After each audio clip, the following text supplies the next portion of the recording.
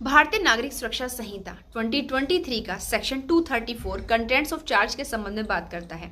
अगर बात करें क्रिमिनल प्रोसीजर कोड तो उसका सेक्शन 211 यानी कि 211 जो है वो चार्ज के संबंध में बात करता था।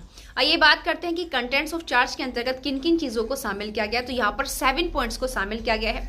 सबसे पहले कहा गया है कि किसी भी आरोप के अंदर उस अपराध का कथन होगा जिसका उस अभियुक्त पर आरोप लगाया गया है। उसके बाद सेकंड पॉइंट यह कहता है कि अगर वह विधि यानी जिसके अंदर उस अपराध का सर्जन किया गया है उस विधि के अंतर्गत अगर उस अपराध को कोई नाम दिया गया है तो उस आरोप में उस नाम से उस अपराध का वर्णन किया जाएगा।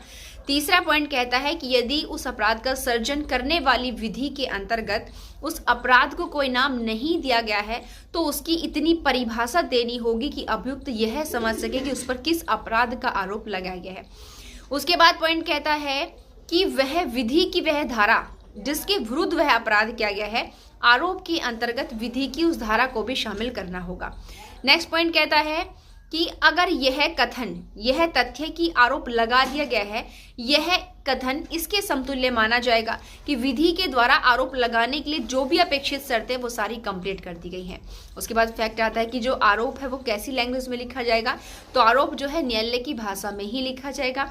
और साथ ही साथ जो लास्ट एंड 7 पॉइंट है उसमें यह प्रोविजन किया गया है कि यदि अभियुक्त जिस पर किसी अपराध का आरोप लगाया गया है अगर वो पहले भी किसी मामले में दोषसिद्ध किया गया है तो पश्चातवर्ती दोषसिद्धि वाले आरोप के मामले में पहले वाली दोषसिद्धि के स्टेटमेंट को खोलना होगा। अगर न्यायालय इस प्रकार का स्टेटमेंट आरोप में नहीं खोलता है तो आगे की प्रोसीडिंग में उस कथन को जो है ऐड कर दिया जाएगा।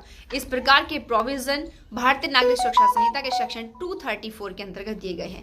यदि आप भी पाना चाहते हैं इसी प्रकार की इन्फॉर्मेटिव वीडियो और आपने हमारे चैनल को नहीं किया है सब्सक्राइब तो प्लीज हमारे चैनल को सब्सक्राइब करें। साथ साथ वीडियो को लाइक एंड कमेंट करना बिल्कुल ना भूलें। धन्यवाद।